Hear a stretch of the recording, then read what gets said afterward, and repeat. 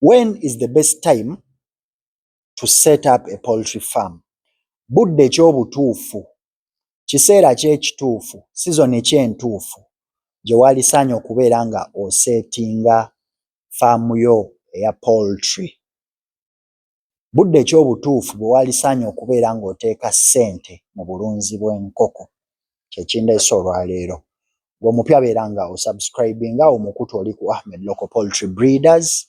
Teekako notification bell such that video yonna bwe tuba tutaddeyo obeere nga ogetinga notified ojje ogirabe. Kaakati omulamwa gw'olwaleero, budde ki obutuufu, kiseera ky'ekituufu gwandaba kye walisaanidde okubeera nga otandika obulunzi bw'enkoko.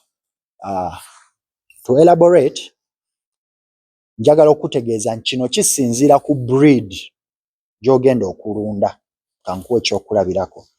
Omulunzi wa broiler, ekikulundisa broiler zituuke nga abaana badda ku ssomero ki? Olunze broiler, abaana batandika okusoma Gwakubiri, kaakati ate gwe broiler ozireese mu January, wakatikati mu January, ogenda kuzirundamu omwezi gumu, zituuke ogenda katale, Febu nga ggwako, abaana bagenze ku masomero, abazadde basasudde fees, kaakati ate gwe oleeta obukokobo obwa white mbw'obwo baguze. Lwaki tolinzeeko n'olunda mu Gwokusatu nga guseebengerera ne zisobola okutuuka ku Easter n'ozitunda ku Easter? Lwaki tolinzeeko n'olunda ekisiibo nga kinaatera otandika ne zisobola okutuuka ku Eid? Okiraba? Lwaki tolinzeeko n'olunda mu Gwe11 nga gulinga ogwagala okutandiikiriza ne zisobola okutuuka ku Ssekukkulu? So bye bimu ku bintu by'olina okubeera nga weebuuza. Nagamba eno gye tuli, kulowooza nnyo, being creative and having an open mind, kye kigenda okututaasa okulaba nga tutuuka ku biruubirirwa byaffe. Broiler nzimaze, oba mulunzi wa broiler bala season zo, kubanga aba broiler bali season. Alunda ng'alina ky'agoba nti kaakati Easter ebuzaayo omwezi gumu n'ekitundu nti kati kanyingize enkoko zange zirunde mu weeks 6. Easter weetuukira zifulume bazirye ku Easter. Nfuna bulungi? Kaakati gwe omulunzi wa leeya, ndowooza gw'ojja kulunda essaawa yonna, wabula wandibadde ofaayo nnyo okulaba nga, kubanga projekiti zino bwe tuba tuzitandika, ekituufu obuzibu bwe tusinga okusanga gy'emyezi gino 5 egisooka ng'enkoko tezinnatandika kubiika. Kitegeeza bw'oba olina ekirowoozo ekitandika okulunda enkoko ezibiika amagi, katusooke twogere ku nzungu eza leeya, kubanga zo ogenda zirunda purposely kukubiikira magi g'ogenda okutunda tray n'ossuka 8, 5 oba 9. So bw'omulunzi wa leeya ayagala ogenda mu leeya, wandibadde ofuba okulaba nti w'oleetera leeya sooka obale nnyo nti kaakati abaakasooli basize. Bino ebintu bitambula hand in hand, obulimi n'obulunzi. Togenda kulunda nga tomanyi balimi kye baliko na sizoni zaabwe bwe zitambula. Kale gwe tonnatuuka ku level erima kasooli wuwo, wabula oteekwa okufaayo ennyo nti kaakati enkoko zange nzireese, wabula abaakasooli bano banaatera okukaza, babuzaayo emyezi nga2 kasooli akale, kati kandeete enkoko zange. Kitegeeza ki? Nti enkoko zigenda kutandika okukulya nga tezikuwa, kubanga emyezi gino 5 egisooka enkoko oba oziteekamu buteesi wabula nga tezikuwa. Kitegeeza obaze nti bwe zigenda otandikira okukulya nga tezinnatandika kuwa, ogenda kubeera n'akatale ka kasooli owa layisi gy'omujja, kubanga abalimi baakazizza kasooli.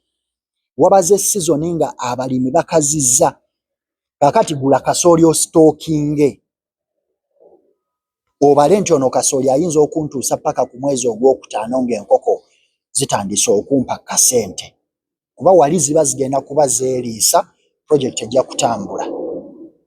Kitegeera wabula oli off season, tomanyi kasooli bamulima ddi, tomanyi kasooli akala ddi. Muganda wange obulunzi bw'enkoko bugenda kukumenya. Nkugambye bino bitambula hand in hand. Awali obulunzi we watambulira obulimi. Okitegedde? Kitegeeza nti bw'ofaayo n'omanya nti kakati kasooli ono agenda kala mu gwokubiri nga gutandika, kati enkoko zange kanzireete January ng'atandika, kubanga omwezi guno ogusooka ogenda ziriisa kapireti. Kati omwezi ogwokubiri zibeere ng'ogenda okutandika ozitabulira emmere ng'eri kasooli bakazizza, ebbeeyi esse kuba kati mungi katale, kati stookinga. Bala lowooza. Oba okitegeera? Amagi gasobole okubeera nga wonootuukira okutunda amagi, nga projekiti eno togibanja ssente nnyingi kutuuka kutuula gamba nti kaakati bannaayo obusente bwange eze nateekamu tezivaayo. Okitegedde? Kubanga omuntu eyagula kasooli ku 2,000 mu Desemba oba mu Novemba tafaanagana na muntu agula kasooli nnusu 1,000 mu 1,000 ssaawa eno. Yenjawulo.